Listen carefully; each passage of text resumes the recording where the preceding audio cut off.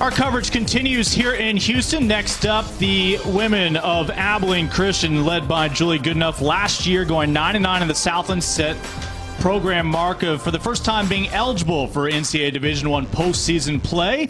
Took full advantage, picking up their first ever victory at the conference tournament in Katy. A lot of returning talent. Of course, Golightly, one of the top three-point shooters returning in Southland conference play for a team that led the South in both shooting from beyond the arc and pretty good in the post as well. One of the top shot blocking squads in Division I as well. On that note, Julie Goodenough joins us. And Coach, quickly, let's look back at last year. So many things accomplished. You get to the conference tournament, you get that first win under your belt.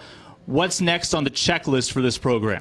Well, there were so many unknowns going into last year's season. We were relying on a lot of youth to be able to put a good season together. But I think just the battles that we went through last year with our freshmen and sophomores was a great experience for us. So we went from one of the youngest teams in America last year to a veteran squad this year. So we're really excited about just that leadership they'll be able to bring this year. Well, let me ask you to elaborate on that. When you do return so many players, including quite a few starters, your job as a coach, I don't want to say it gets easier, but all of a sudden you're not focusing on just the basics. You're able to implement a few more sophisticated elements because you have that additional leadership now back.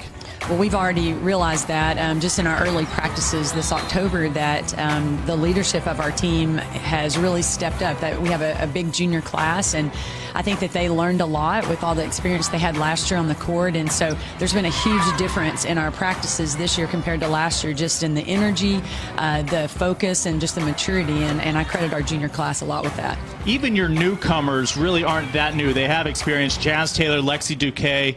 They had some time together in Houston here at Rice as teammates before each going separate ways last season. They now reunite in Abilene.